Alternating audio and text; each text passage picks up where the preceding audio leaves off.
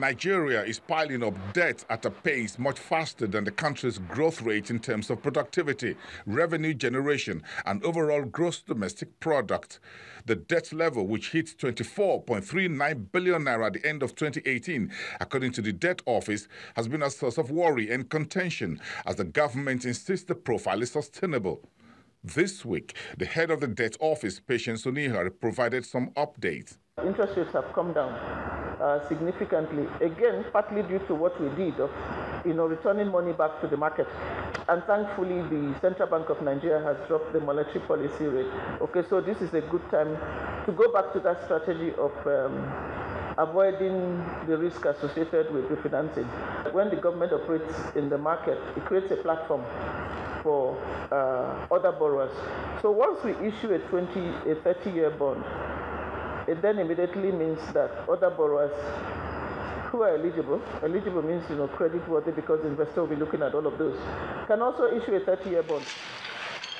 In the past 4 years, the Buhari's administration has focused on road, rail, and ports infrastructure, which are largely financed by concessionary foreign debt, with some bonds raised through the capital market.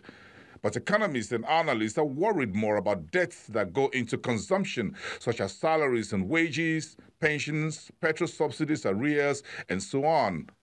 These monies are sourced from the debt market, where the government is paying an average of 14% through regular sale of treasuries and bond papers.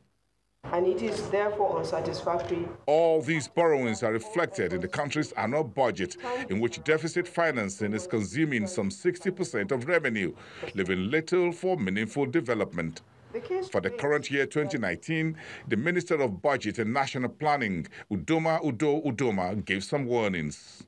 In emerging markets and developing economies, inflation is slowing down, because in Nigeria it is slowing down, as the pass-through effects of earlier currency depreciations are waning. However, some non-economic factors could undermine medium-term prospects, which include geopolitical tensions, extreme weather events, terrorism, and security concerns.